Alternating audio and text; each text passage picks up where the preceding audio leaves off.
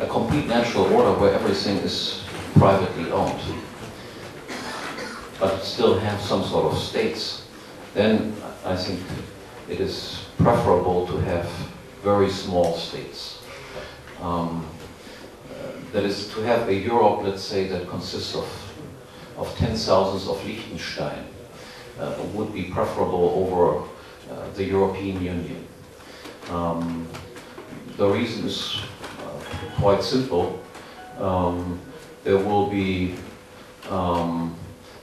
less taxation and regulation in such small societies because people simply vote with their feet. They go from one place to another. Businessmen go where the conditions are better for businessmen and avoid places that are heavily taxed. Not that all governments do like to increase their power, the amount of taxes that they collect and so forth. And it is only the fact that they have to compete with other political units that they are sometimes reluctant to engage in these types of policies. Also, small units must engage in free trade. If you imagine you have one village that says we follow protectionist policies, we do not trade with the outside world anymore, then the population in that small village would be dead in 2 weeks. On the other hand, if the United States does not deal with the outside world anymore because you have huge internal markets, yes, standards of living would of course drop quite drastically, but there would not be dead people necessarily in the street. At least it would last for a while. So the smaller the units are, the more reasonable must be their policy. Not that they don't all want to do unreasonable things, but they are forced to be reasonable. If you look at the world as it is now, then you find, and not surprisingly, that it is indeed these small units that are the most prosperous ones. Look at Hong Kong, look at Liechtenstein, look at Monaco, look at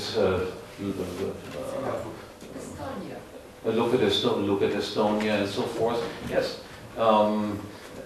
even these former socialist countries, the smaller they are, the more reasonable do they seem to be. However, in the case of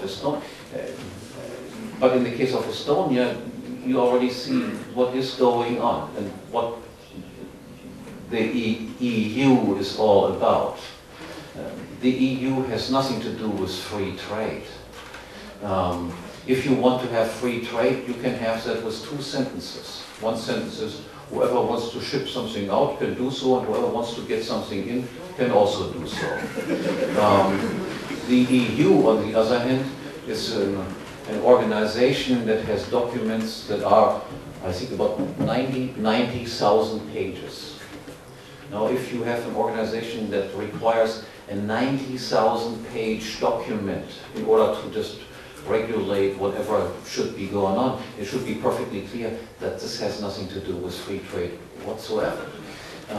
What that is instead is the attempt to cartelize, to harmonize the tax and regulation structure in all countries. Yes, this is not, they have not reached this goal yet. There are still some people, like people in Estonia, who don't really engage in fair trade because they have lower taxes than the Germans have.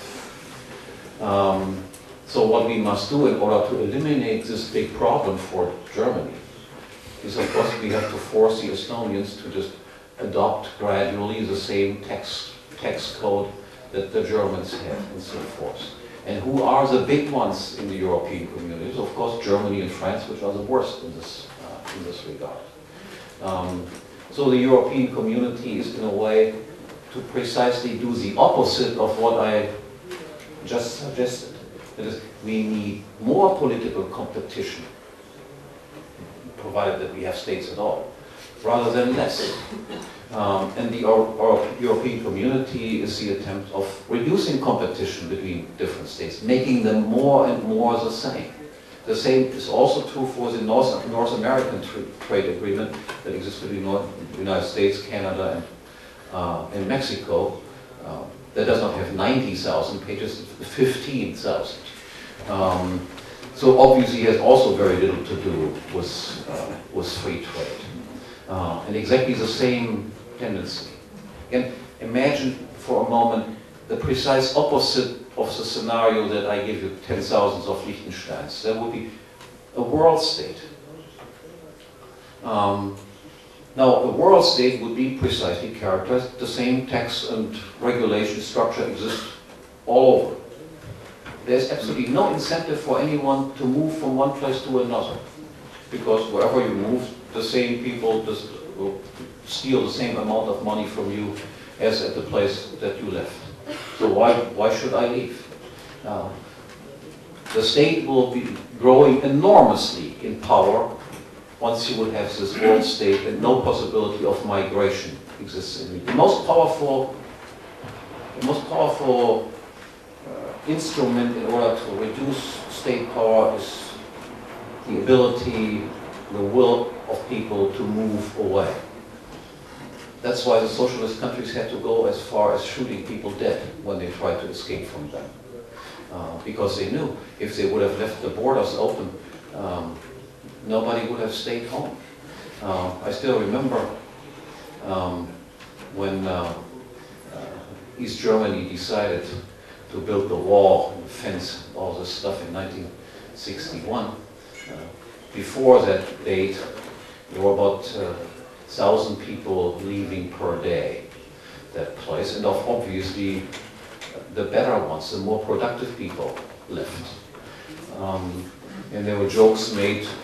That time was, I think it was Erich Honecker was the chief commie boss then, that once the last one leaves East Germany, that they shouldn't forget to turn off the light. So migration is a very important force. Mamy już bardzo mało czasu przed dyskusją panelową, ale już dzisiaj pozbawiłem pana Krzysztofa Magiera jednego pytania, jednej książki. Ponieważ jest większy ode mnie i nie chcę się narażać, to będzie to ostatnie pytanie. I'd like to come back to the previous topic.